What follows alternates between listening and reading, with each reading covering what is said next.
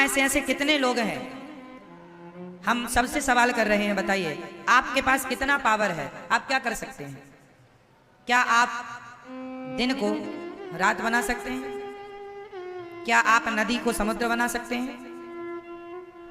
क्या आप बूढ़े को जवान बना सकते हैं?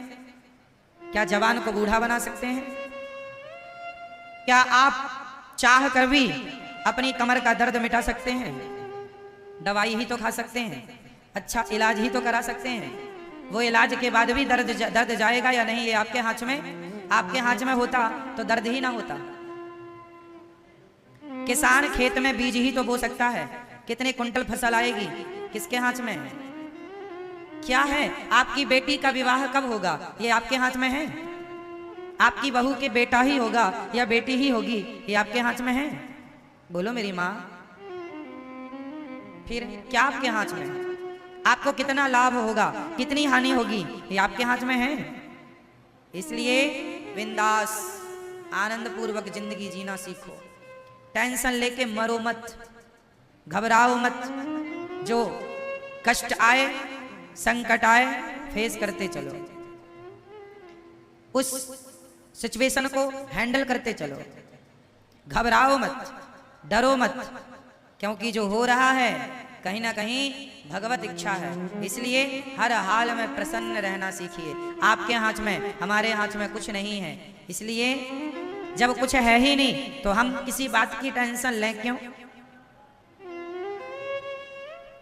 बेटी का विवाह कब होगा?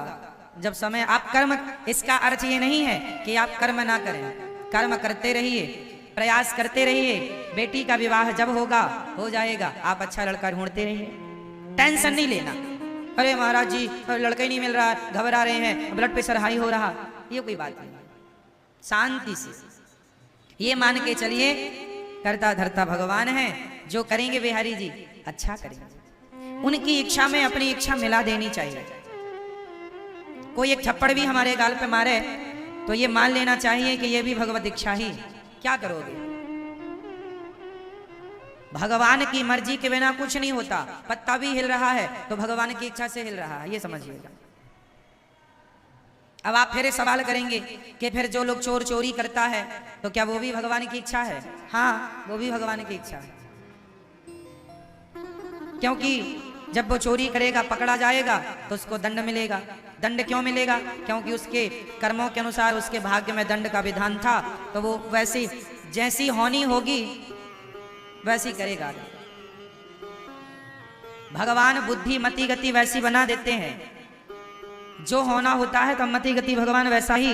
हम और आपको सोच भी नहीं, हम और आप जो सोचते हैं वह भी कंट्रोल भगवान के हाथ में होता है।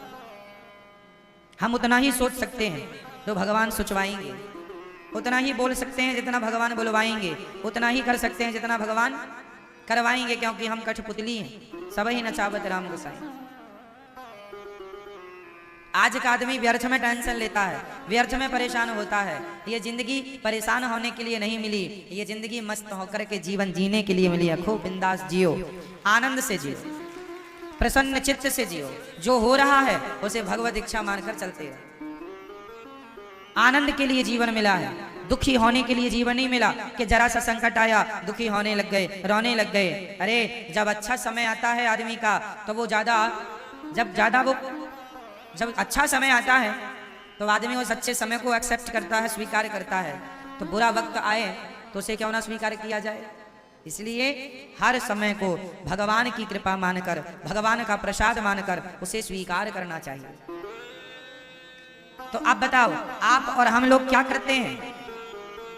आप कितने लोगों का पेट भरते हैं? बताओ मैया, कितने लोगों का पेट भरते हैं आप लोग? 2 लोगों का, 4 लोगों का, 10 लोगों का? बताओ मैया, ओ मेरी माँ, आप कितने लोगों का पेट भरती हो मैया? आपसे पूछ रहे हैं जो थोड़ी देर पहले आपने जमाई ली है। बताओ हैं? कितने लोगों का पेट भरते हैं आप? 10 लोगों का? आप बताओ कितने लोगों का पालन करते हो आप लोग? दादाजी आप कितने लोगों का पालन करते हो? हम और आप कितने लोगों का पालन करते हैं? मैया बोलो मेरी माँ, किसी का भी नहीं। सबके पालनहार कौन है? भगवान।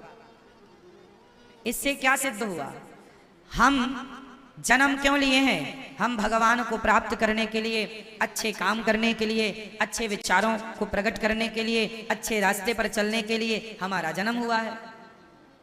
पर हम लोग बुरे रास्ते पर चलते हैं, बुरे काम करते हैं। अच्छे काम करो, अच्छे रास्ते पर चलो और आनंद से जीवन जीते रहो, जीते रहो, जीते रहो, जीते रहो। ये ना सोचा जाए कि हम तुम्हें पाल रहे हैं, हम तुम्हें खिला रहे हैं। कोई किसी को नहीं खिलाता। हर व्यक्ति अपने भाग्य का दाना पीना, खाना पीना खाता। एक राजा था, एक राजा ने एक मक्के का दाना लिया, मक्के का एक दाना लिया और दाना लेकर के अपने गुरुजी से बोला। राजा सिंहासन पर बैठ के भरी सभा में राजा ने कहा, गुरुजी बताइए, ये जो मक्के का दाना है, यह दाना आप तो सब कुछ जानते हैं, बताइए यह दाना, इस दाने में किसका नाम लिखा है? क्योंकि आप कहते रहते हो दाने दाने में लिखा है खाने वाले का नाम। तो राजा ने कहा, गुरुजी आप सब जानते हैं, तो बताओ कि इस दाने में किसका नाम लिखा है? गुरुजी बड़े ज्ञानी थे, सामान्य नहीं थे, त्रिकालज्ञ थे, बड़े उद्घट विद्वान थे, सब कुछ जानते थे। उन्होंने कहा, राजन, इस दाने में वो कबूतर बैठा है, उस कबूतर का नाम लिखा है। राजा बड़ी जोर से हंसा। गुरुजी आज आपकी बात झूठी हो जाएगी, कबूतर खा ही नहीं सकता इसे, क्योंकि ये मेरे हाथ में है, मैं खाऊंगा और मैं खाऊंगा तो आपकी बात झूठी हो जाएगी। राजा बोले, आपकी बात झूठी हो जाएगी आज। गुरुजी ने कहा, बेटा दाने दाने में लिखा है खाने वाले का नाम, यदि इस दाने में उस कबूतर का नाम लिखा है तो वो कबूतर ही खाएगा। राजा जोर से हंसा और हंसते हंसते उसने दाना अपने मुंह में डाल दिया। जब मुंह में डाला तो वो हंसने के कारण वो दाना जाकर के उसके यहां गले में फंस गया। फंस जाता ना कई बार भोजन हम लोगों के यहाँ, फिर कई बार फिर जल्दी से पानी पीना पड़ता है खाने के तुरंत बाद, तब को लगता है कि हाँ अंदर गया नहीं, गले में रह जाता है। तो राजा हंसने के कारण वो दाना खा लिया और गले में फंस गया।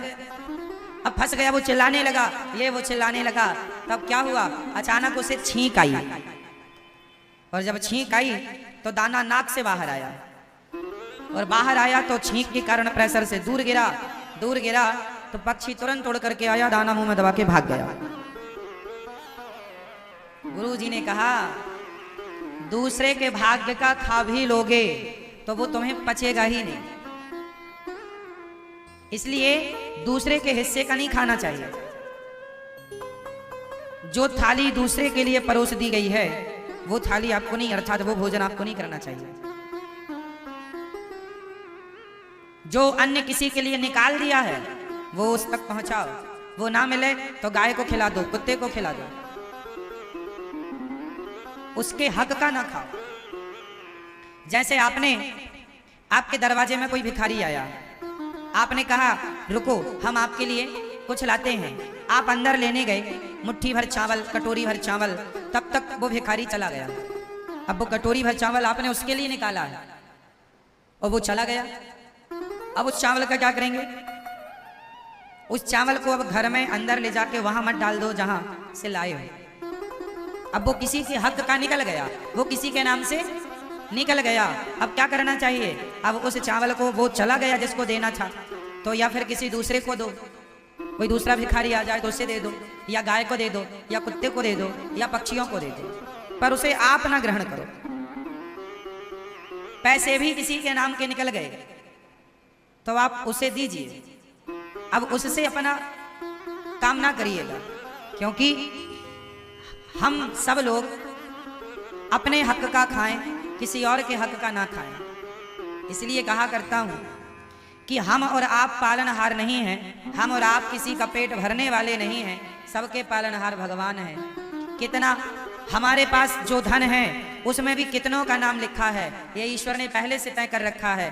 इसलिए ये दास अनिरुद्ध, ये गौरी गोपाल जी की रसोई में उतने ही लोग आकर प्रसाद पाते हैं जिन जिन के नाम का यहाँ दाना पानी है। तो ये आपके भाग्य का ही आप लोग खा रहे हैं, ये आप ही खा रहे हैं आपके भाग्य का। इसलिए कोई किसी को नहीं खिलाता, कोई किसी को नहीं देता, भगवान ही सबको देने वाले हैं। इसलिए दाता एक ही है, दाता एक राम, भिखारी सारी दुनिया, और राम एक देवता, पुजारी सारी। तो मैया पालनहार कौन है? करने कराने वाला कौन है? हम कौन हैं? हम कौन हैं? कुछ भी नहीं।